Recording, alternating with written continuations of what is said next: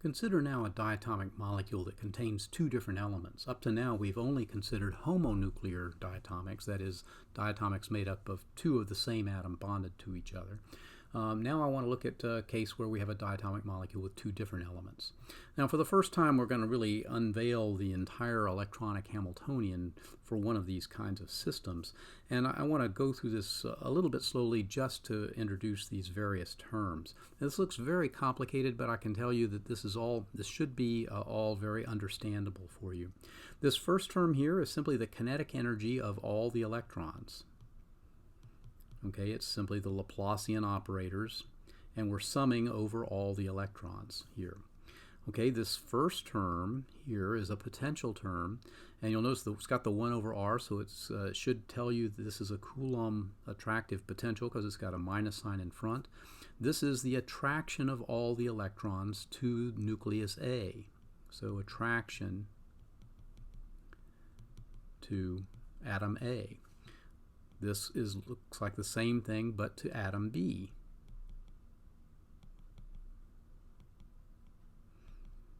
Okay, so in this way we have taken care of the attractive forces that hold all of the nuclei close to the hold all of the electrons close to those two nuclei. All right, the electrons also have a repulsive term between them, and that's what this is. So this is the repulsions between electrons.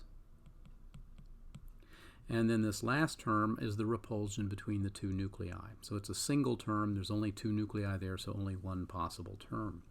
All right, so there's a lot going on here. And I can tell you that solving the Schrodinger equation for this is not something you're going to do with pencil and paper. It's always going to be done computationally.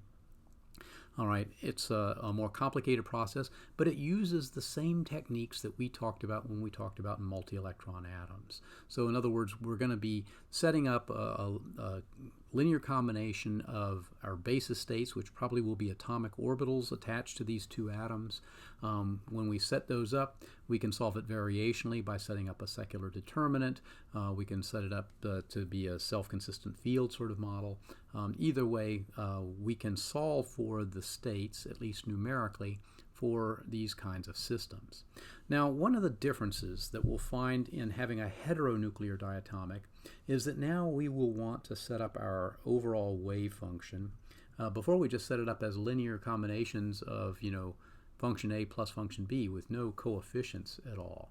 Now what I want to do is set up a molecular orbital wave function, if you will, that is going to be a linear combination, and I'm going to use a couple of labels here, and I'll explain what they are in just a moment, of two different atomic orbitals, one on atom A and one on atom B. Now, I have given these orbitals labels that tell you which nucleus they're attached to. So this is an orbital around atom A. This is an orbital around atom B. I've used alpha here to indicate that we're combining, in the ideal case, we're combining the same orbital, same atomic orbital that exists on each of those atoms. So for example, alpha could be 2s, or it could be 2p, or some other orbital on each of those atoms. But we're going to combine them together. Now, I've just written this as 2 combined together. That's a little bit simpler to think about. In reality, one might include all kinds of different orbitals interacting together to form the molecular orbitals. So they're not simply combinations of 2 orbitals, one on each atom. They could be combinations of orbitals, many on each atom, so that we can get a more accurate answer. All right, when we plug this in, the goal that we have is to get these coefficients. Okay, so this is very similar to the goal that we had when we established the linear variational method. And in fact, very similar to the linear variational approach.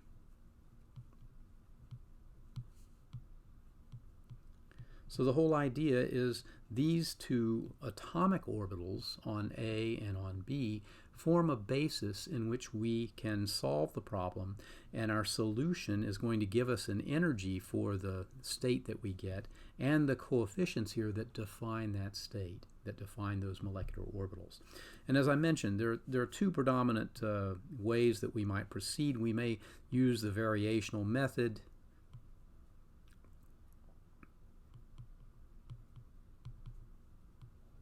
and that variational method would give rise to the coefficients.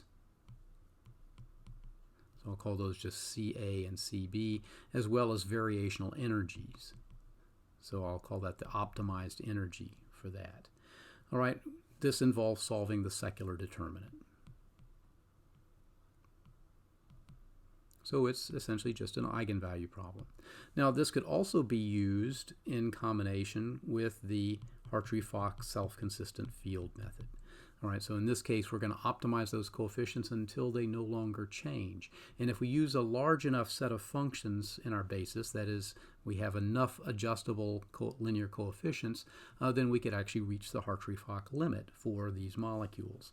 All right, but this method is the one that's more often used in computational studies, but we're going to behave as though either one of these is the one that we're utilizing in this case.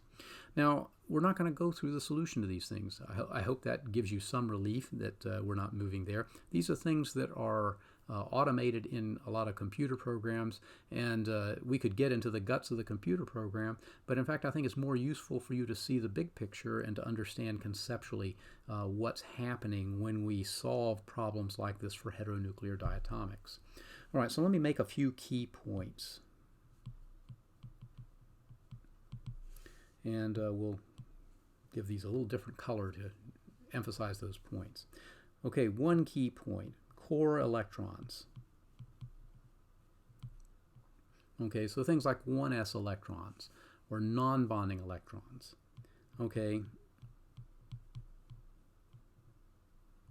these electrons remain in their atomic orbitals, or at least we can think of those as being that. They remain in atomic orbitals. So for example, if you have two atoms that are interacting to form a bond and they have core electrons, say in a 1s orbital, those 1s electrons are pretty much belong to the atom and not to the bond. So we treat them that way, and that's what comes out of the process of solving these equations. So in a sense, this is confirmation that chemist intuition about only valence electrons participate is a pretty accurate representation.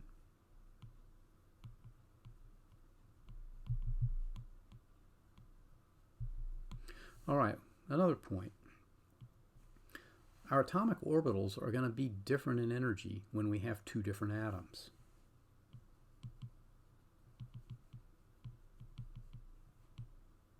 Okay, why is this?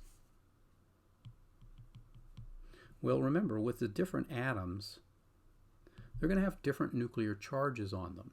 Now, when we wrote down the results for the hydrogen atom, we found that in atomic units, we could write the energy levels, and I don't think we talked necessarily about the effect of the charge on the nucleus, but those energy levels would go something like this. If we were able to put a bigger charge on the hydrogen nucleus, the energy levels would look something like this. They go as z squared divided by n squared, where n is the quantum number that sets the shell. Now, in this case, we're going to have our z represent what I'll call an effective nuclear charge, which is to say the nucleus is being shielded some by the core electron, so it's not the full nuclear charge, but we still find that as we move across a row in a periodic table, the shielding by core electrons doesn't change that much, but the amount of charge on the nucleus does change. As a result, what we find is that this effective nuclear charges along the second row of the periodic table would be greatest for fluorine, then oxygen, then nitrogen, then carbon, then boron, and so forth. Okay, so this is the extent to which we'll see that effective nuclear charge change. So what does that mean for the energy? Well, energy is proportional to that effective nuclear charge squared. So in this case, we should see that this energy of the orbitals increases as we move from left to right. So it's lowest for fluorine and highest for boron in this particular series. Now, this is very similar to the sort of reasoning that you may have seen in general chemistry, talking about effective nuclear charge and atomic size and ionization potential and so forth. All right, now, when we are interacting two atomic orbitals to form a molecular orbital, so interacting or mixing orbitals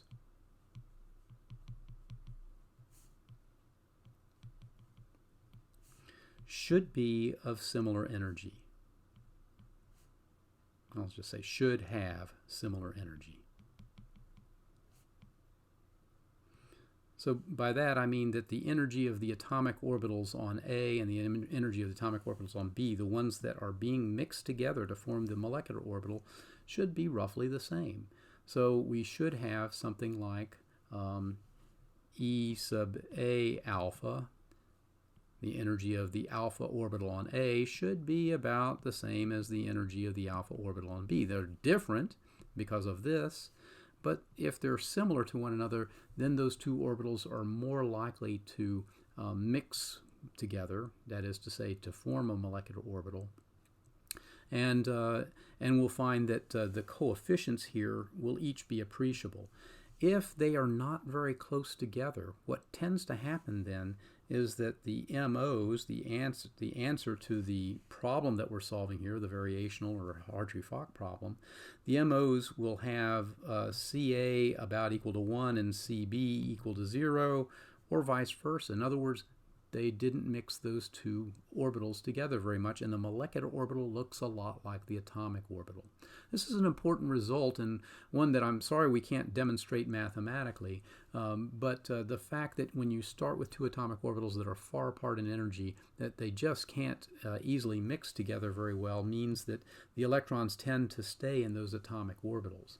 Now, another thing that will generally indicate is that the energy of this alpha orbital is roughly equal to the expectation value of that orbital around the full molecular Hamiltonian.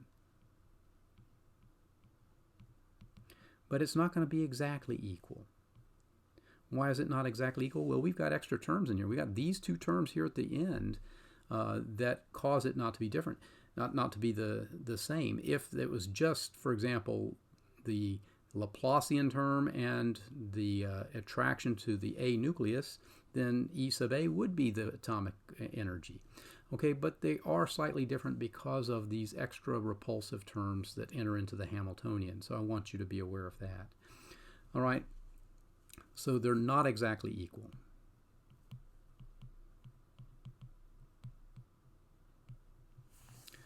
Okay, next point.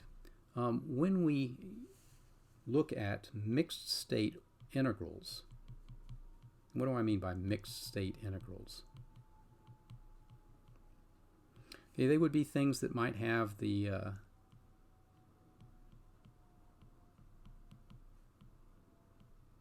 form that looks something like this, where I've got an orbital from atom A, an orbital from atom B sandwiching the Hamiltonian operator. So this is something that we might relate to sort of the HAB element of our calculation. All right, now this thing is actually something that is key in determining how strongly these orbitals interact. So this is the strength of the interaction between our orbitals, our atomic orbitals. So VA alpha and VB alpha. Okay, if this is larger, that means the interaction is stronger, and we're more likely to see a big change in the energy when we mix them together to form the molecular orbitals. Another indicator of this also is sometimes the overlap integral between these. If these two orbitals overlap strongly, that is to say, if this integral that we've defined before is a large value, and by large means closer to 1 than away from 1, then we're likely to see more strong coupling and greater differences in energy that have come about from the mixing between those orbitals. Okay, now, last point I'd like to make is that molecular orbitals that are created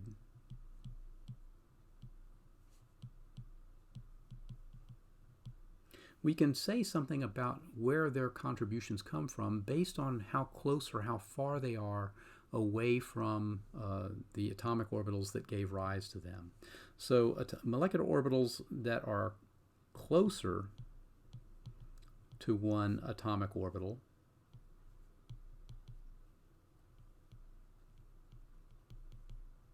in energy will have a greater contribution from that orbital.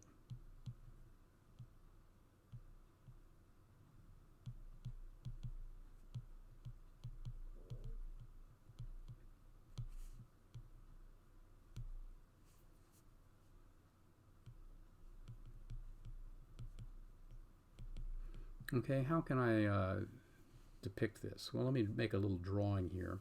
Let's suppose I have an orbital over here and an orbital over here. These are the two atomic orbitals. So this, say, will be phi a sub a alpha, and this will be phi b sub alpha.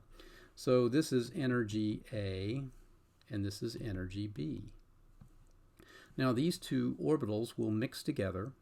This is A and B over here. They'll mix together to form a bonding combination, which will be a little bit lower in energy, and an anti-bonding combination that'll be a little bit higher in energy.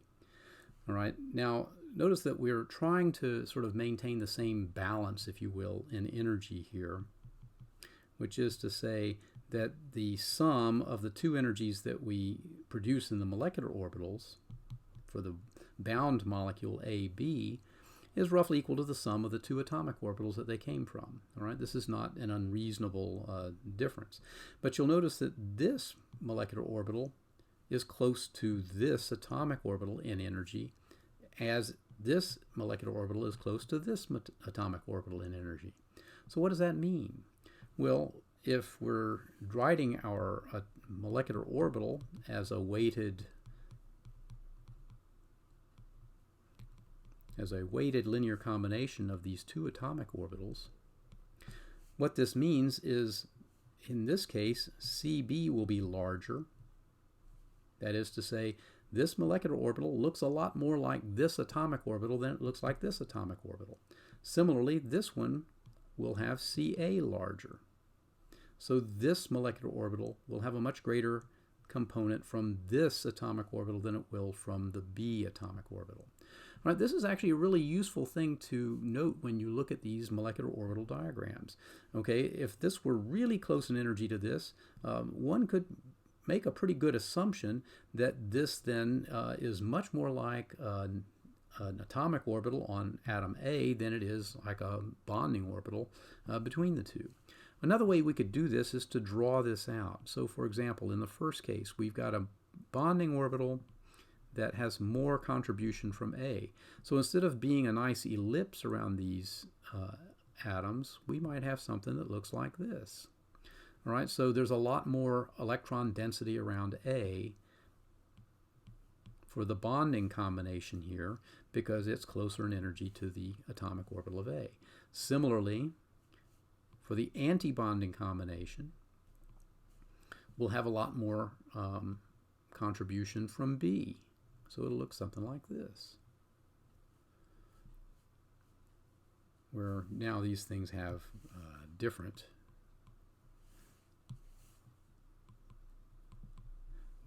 signs here because we've got a node here, an anti-bonding node in the middle. All right, so this way we can begin to draw mental images about these things simply based on this very simple molecular orbital diagram picture. So this picture, while it's not quantitative, it gives us a good qualitative feel for what the strength of the coupling is, what the pictures that represent these two molecular orbitals might be, and how they're related to the atomic orbitals they came from. So there's a lot of very subtle information that's available in an MO diagram if you know how to read it.